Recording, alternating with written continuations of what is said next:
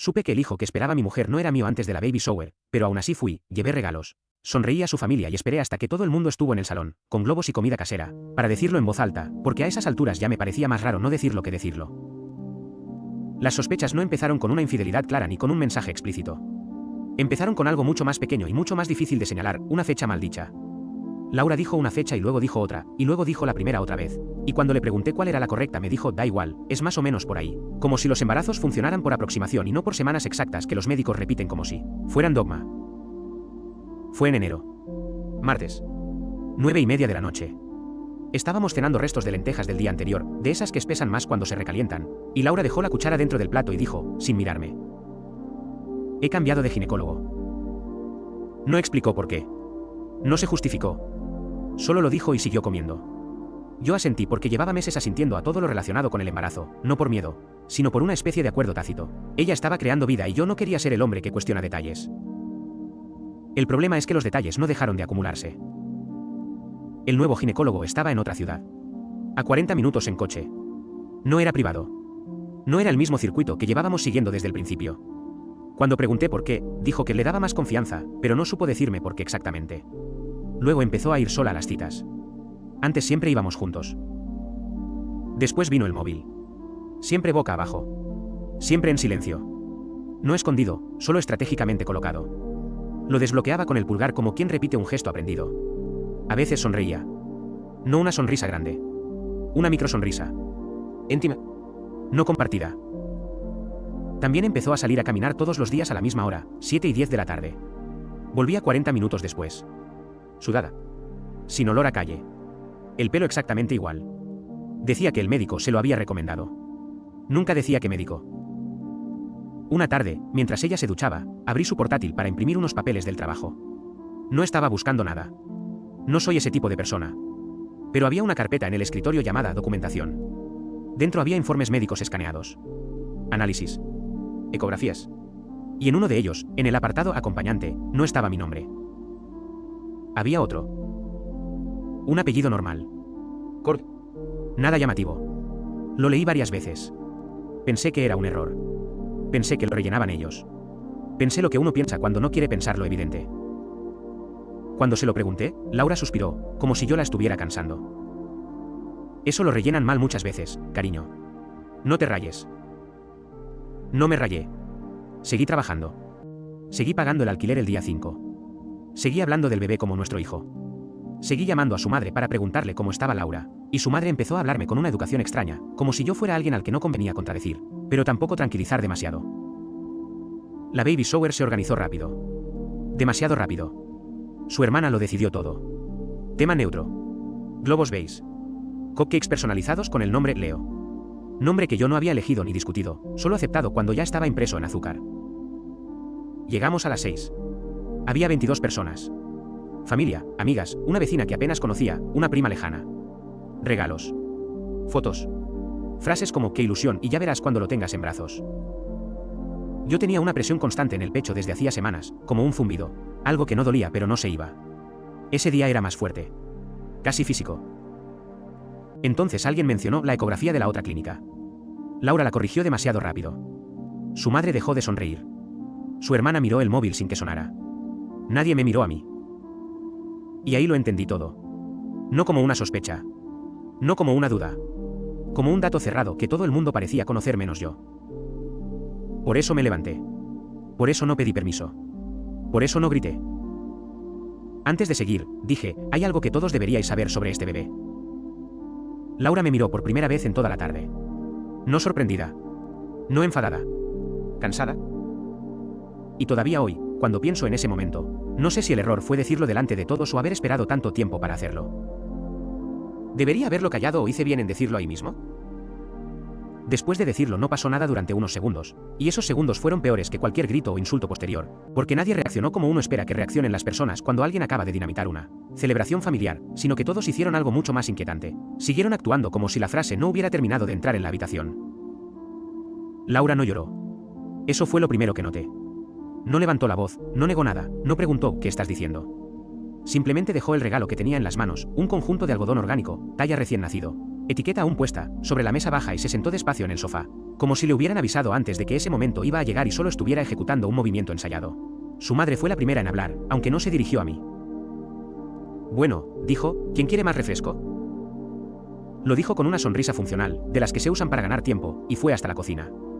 Nadie la siguió, pero varios levantaron el vaso automáticamente, por inercia. Yo seguía de pie. Nadie me pidió que me sentara ni que me fuera. Esa ambigüedad fue constante a partir de ese momento. Su hermana se levantó y cerró la puerta del salón. No la echó. No la cerró de golpe. La cerró con cuidado, como si el problema fuera el ruido y no lo que acababa de decirse dentro. Luego dijo: vamos a calmarnos todos un momento. Todos era una palabra curiosa en ese contexto, porque nadie parecía alterado salvo yo, y aún así yo no estaba alterado, solo estaba ahí, de pie, esperando que alguien hiciera la pregunta obvia. No la hicieron. Una amiga de Laura, a la que apenas conocía, dijo algo sobre el calor y abrió una ventana. Otra empezó a recoger platos que nadie le había pedido que recogiera. Alguien puso música más baja. Todo eran gestos de normalización, como si lo que yo había dicho fuera una incomodidad social menor, comparable a una discusión política o a un comentario fuera de lugar. Laura seguía sin mirarme. ¿Quieres explicarte?, me preguntó finalmente su hermana, pero lo hizo con un tono neutro, administrativo, como si yo estuviera reclamando una factura incorrecta. Expliqué lo justo. No enumeré pruebas. No hablé de infidelidad con palabras grandes. Dije que las fechas no cuadraban, que había informes médicos de otra clínica, que no figuraba como acompañante, que había demasiadas cosas que no tenían sentido. Lo dije despacio, sin dramatizar, porque a esas alturas ya no estaba intentando convencer a nadie, solo estaba poniendo las piezas sobre la mesa para que dejaran de fingir que no existían. Laura entonces habló por primera vez. No es el momento, dijo. No dijo que fuera mentira. No dijo que me equivocara. Dijo que no era el momento. Y eso fue lo que más me desconcertó, porque de pronto el problema no era si lo que yo decía era verdad, sino el calendario, el contexto, la adecuación social. Su padre, que hasta entonces no había dicho nada, se aclaró la garganta. Esto se habla en privado. Asentí. No me opuse. Nunca me he opuesto a hablar en privado. El problema es que llevaba meses hablándose todo en privado sin hablarse de nada. Me pidieron que saliera un momento al rellano. Literalmente un momento. Me dieron mi chaqueta. Me dijeron que ahora volvíamos a hablar. Nadie dijo vete. Nadie dijo quédate. Esa indefinición fue constante. En el rellano hacía frío. Me senté en el escalón. Miré el móvil. Tenía un mensaje de mi jefe preguntando si el lunes podría cubrir un turno extra. Le respondí que sí. No por responsabilidad, sino porque necesitaba algo normal a lo que agarrarme. Desde dentro se oían murmullos. Voces bajas. El llanto de Laura llegó después, amortiguado, como si hubiera empezado a llorar cuando ya no había público. Pensé que era lógico. Pensé que cada uno gestiona estas cosas como puede. Pasaron 27 minutos. Lo sé porque miré la hora 3 veces. Cuando me dejaron volver a entrar, la baby shower había cambiado de forma. Los globos seguían ahí. Los regalos también. Pero la mesa estaba medio recogida y varias personas ya se habían ido porque mañana madrugan o porque no se encuentran bien. Nadie dijo por qué se iban de verdad. Laura tenía los ojos rojos, pero estaba serena. Demasiado serena. Tenemos que hablar, dijo, pero no aquí. Asentí otra vez. Siempre asentía. Nos fuimos antes de que acabara la fiesta, que ya no era una fiesta. Nadie nos despidió en la puerta. Nadie nos abrazó. En el coche no hablamos. Laura miraba por la ventana. Yo conducía. El trayecto duró 15 minutos. Pareció mucho más largo. Al llegar a casa, Laura fue directa al baño. Cerró la puerta. Yo me senté en el sofá. Esperé. Cuando salió, se sentó enfrente de mí, con una manta sobre las piernas, como si ya hubiera decidido que tenía frío. No quería que saliera así, dijo. No dijo lo siento. No dijo es verdad. No dijo no es tuyo. Dijo que no quería que saliera así, como si el problema fuera la puesta en escena. Me explicó lo justo. Que había sido algo puntual. Que había pasado antes de saber que estaba embarazada. Que no estaba segura al principio. Que luego las cuentas no salían, pero ya era tarde. Que no quería perderlo todo. Que no quería hacer daño a nadie. Cuando pregunté quién era, dijo que no importaba. Cuando pregunté si lo sabía alguien más, dijo que no. Esa fue la primera mentira clara que detecté, y aún así no la señalé, porque señalarla habría implicado desmontar todo lo demás. Esa noche dormimos en la misma cama. Cada uno en su lado. No hubo discusión. No hubo drama. Hubo una calma extraña, como si la verdad, una vez dicha, hubiera ocupado tanto espacio que ya no quedara sitio para emociones grandes. A la mañana siguiente, su madre me escribió un mensaje. Dale tiempo. Laura está muy sensible. No mencionó el motivo. No mencionó el bebé. No mencionó lo que yo había dicho. Ese fue el patrón a partir de entonces, nadie negaba nada, pero nadie lo nombraba. Todo se gestionaba como si el problema fuera mi reacción, no el hecho. Y ahí empecé a entender que lo que había destapado en la baby shower no era solo una infidelidad, sino algo mucho más práctico, un acuerdo tácito que funcionaba mejor sin mí preguntando demasiado. Y todavía no sabía hasta qué punto. El giro no vino con una confesión nueva ni con una prueba definitiva, sino con algo mucho más pequeño y mucho más difícil de ignorar, un recuerdo que no encajaba con la versión que llevaba meses repitiéndome para poder seguir funcionando. Fue 3 días después de la baby shower. Jueves. 10:40 de la mañana. Yo estaba en el trabajo intentando concentrarme en una hoja de Excel que no tenía ningún sentido cuando recibí una llamada de un número fijo que no tenía guardado. Contesté porque últimamente contestaba todo, como si cualquier llamada pudiera aclarar algo. Era del hospital público. Del de la otra ciudad. La mujer habló con tono neutro, entrenado, como si leyera un guión. Llamamos para confirmar que mañana acompañará a Laura a la consulta de la semana 24. No me preguntó si yo era el acompañante. Lo afirmó. Le dije que había un error, que yo no figuraba como acompañante en otras citas.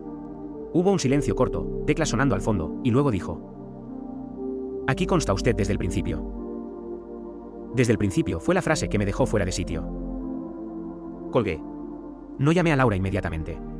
Me levanté. Fui al baño. Me miré en el espejo más tiempo del necesario.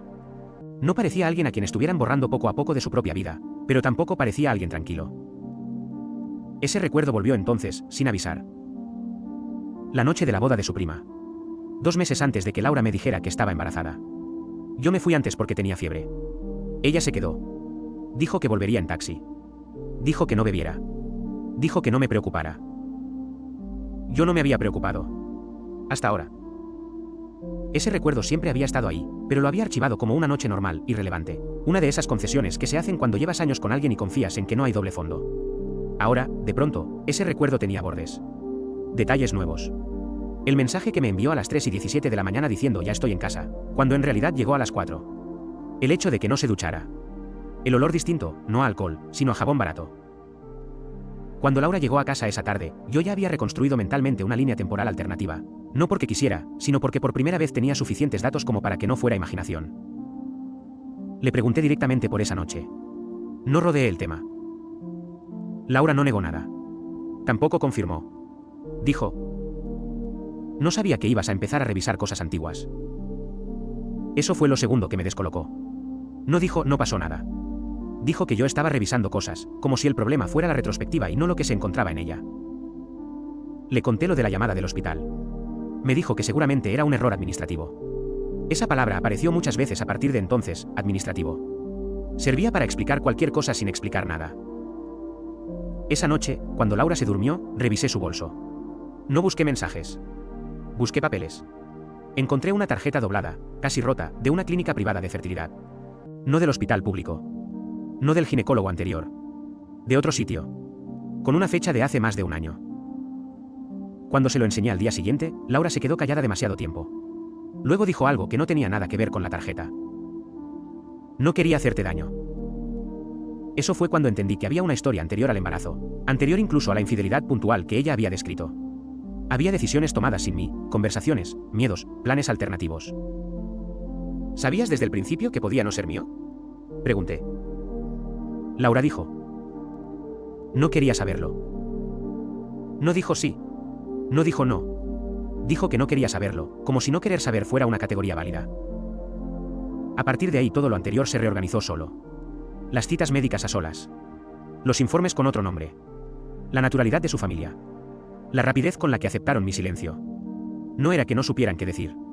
Era que ya habían hablado de ello sin mí. Incluso el nombre del bebé dejó de parecer una imposición caprichosa y empezó a parecer una decisión tomada. En otro contexto, con otra persona. Esa noche dormí en el sofá. No por enfado. Por logística. La cama me parecía demasiado compartida para alguien que estaba empezando a darse cuenta de que llevaba meses, ocupando un papel provisional. Al día siguiente llamé al hospital y pedí una copia completa del historial. Me dijeron que necesitaban autorización de la madre. Se lo pedí a Laura. Me dijo que ya lo hablaríamos. Nunca lo hablamos. Lo que sí empezó a hablarse, de forma implícita, fue qué iba a pasar a partir de ahora, Y esa conversación no incluía preguntas sobre paternidad biológica, sino sobre estabilidad, rutinas, conveniencia. Su madre vino a casa un domingo. Trajo comida. Limpió. Habló del bebé como si yo fuera a estar ahí para verlo crecer, pero sin mencionarme directamente en ningún plan futuro. Todo era en tercera persona. Todo era vago. Lo importante es que el niño tenga un entorno tranquilo, dijo. No dijo, su padre. No dijo, tú. Ese fue el momento exacto en el que entendí que la revelación de la baby shower no había roto nada, porque lo que yo creía que existía ya llevaba tiempo reorganizándose sin contar conmigo. Y aún así, nadie me pidió que me fuera.